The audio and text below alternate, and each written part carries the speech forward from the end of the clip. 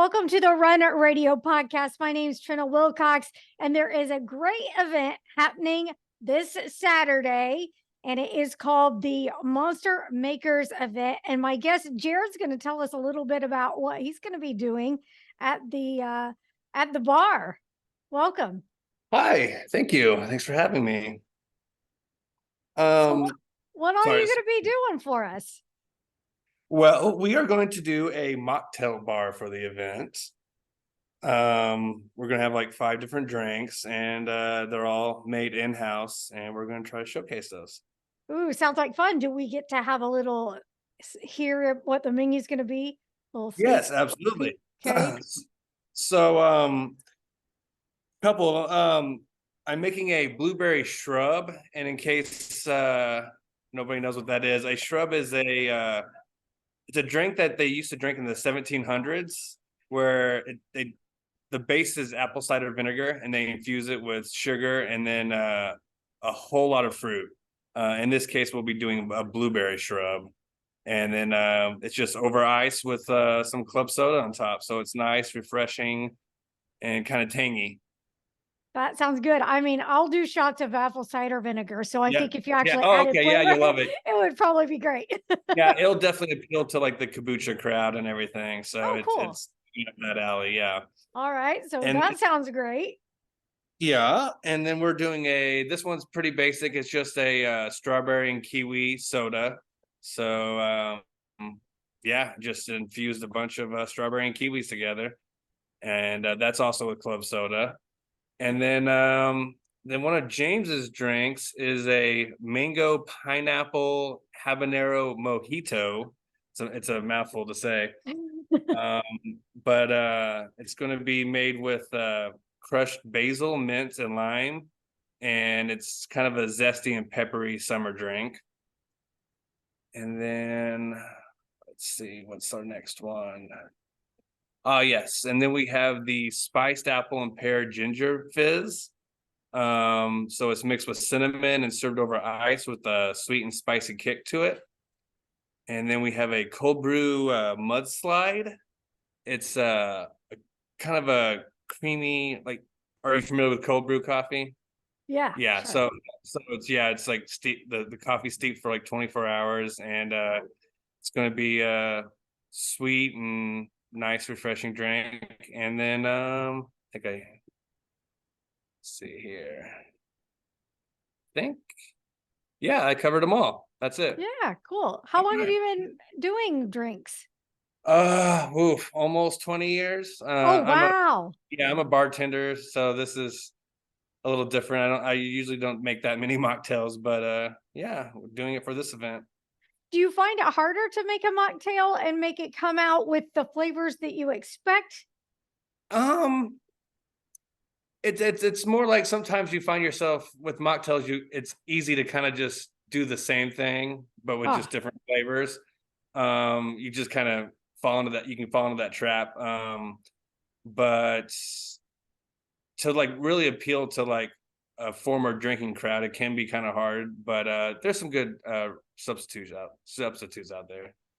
What made you want to start making drinks and serving them anyway? Oh, oof. I guess the first time I went to a bar, I just kind of became fascinated with the kind of alchemist quality to it behind the bar, and then you're kind of the center of attention, but not too much. So it's kind of gratifying in that regard. I've never been a big drinker, but there's something appealing about watching the magic happen back there. And I'm sure it's even more intense when you are behind the scenes. What's one of the most challenging things as a bartender that you're up against that we as your patrons probably have no idea that you deal with? There's a few things, but really like having all the eyes on you while you're making several different drinks, and people not realizing, like, an experienced bartender has a good idea of who's at the bar first, and we're trying to do it in order of first come first serve, and not everyone always gets that, especially after they've had a couple and they become impatient, and you just kind of see everyone staring at you and people trying to flag you down, or yell your name out, and it can get a little frustrating in like really high intense situations like that, but you get used to it. When it comes to knowing your drinks, is there pretty much, I know there are some standards, but are there also a lot of drinks that are just, they have the same name for a different, people will call something that's like, oh, that's what you meant. And you have to try to figure it out. Yeah, there's a lot of regional differences too. Okay. Like there's some people will order a Cuba Libre, which is essentially just a rum and coke with a lime like muddled in there. So it's like the most pretentious simple drink. But there's stuff like a Vegas bomb, which everyone has a totally different conception of what a Vegas bomb is, and what one is. Even in Springfield, different bars do them completely different, let alone regionally. And I bartended in Seattle for the last 8 years, up until COVID, and no one even knew what a Vegas bomb was out there. It was a completely different drinking culture. So What's the stuff like most what's the most complicated drink you've ever had to make? that. Oh, uh, a Singapore sling is pretty intensive, but mostly just a lot of different ingredients. So you're kind of running around the bar trying to get it all because they're, that drink tends to have everything's just spread out.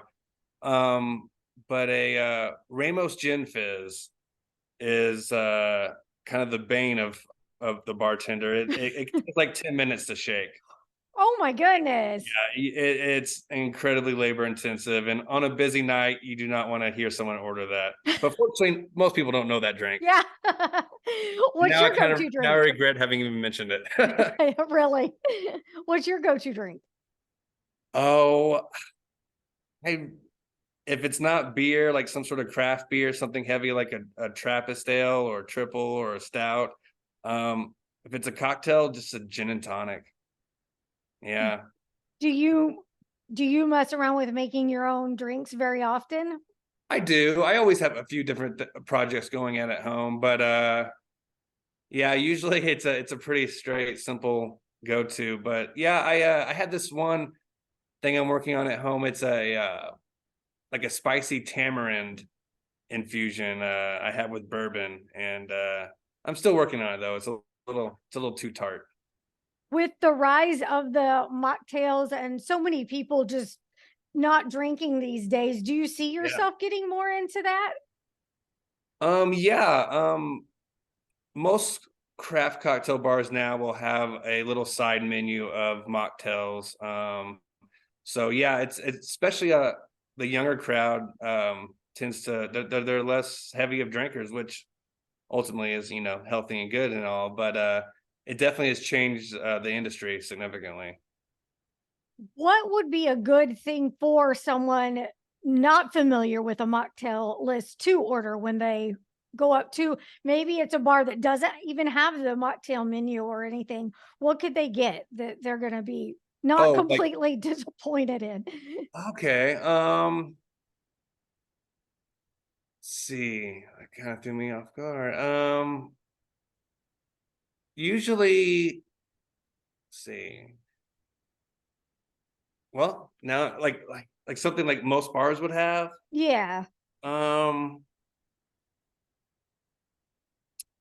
Usually if they have ginger beer, there's a lot they could play around with different fruit. Like if the bar has various fruit syrups and whatnot, if they make their own, like every bar is going to have grenadine, so you can always like do grenadine and like soda or Sprite, which that's just a Shirley Temple. But a Shirley Temple is going to be at every single bar, um, or a lemonade. Every bar is going to have lemon juice, and if you want like a house made lemonade, you can get one right on the spot. That's not just sweet and sour. If they have like lemon juice, simple syrup, soda water. Very cool. Okay, so we're going to get to see you demonstrate your mocktail skills this Saturday. Tell Yeah. everybody again the time and where they can exactly find you. Sorry. Well, I knew that part. It's noon to 4 Yes. at Kaiju Coffee in the Drew Lewis Foundation building, I think. Yes, the Fairbanks. Yeah. Yeah. The Fairbanks. Yes. Yes. Yes. Yes. So I just realized I forgot the name of the building. yeah, no, I wanted to make sure people do know that it's a Yes. little bit to find, but you're going to have a great time when you get there. Yes. And if people want to come find you after that for some of your drink skills, do you want to share that? Yes, I work at the Warehouse Bar. It's on West Sunshine, 2463 West Sunshine. It's in a big warehouse right next to US Automotive. And we usually have a couple, like a food truck or two, and then we also have a couple little restaurants, kind of like a food hall style. But yeah, Warehouse Bar, West Sunshine. All right. Sounds There every great. Thanks so weekend. much for sharing. And we All will right. see you on Saturday. All right. See you then. Thank you. Bye. Thanks, Jared. Bye.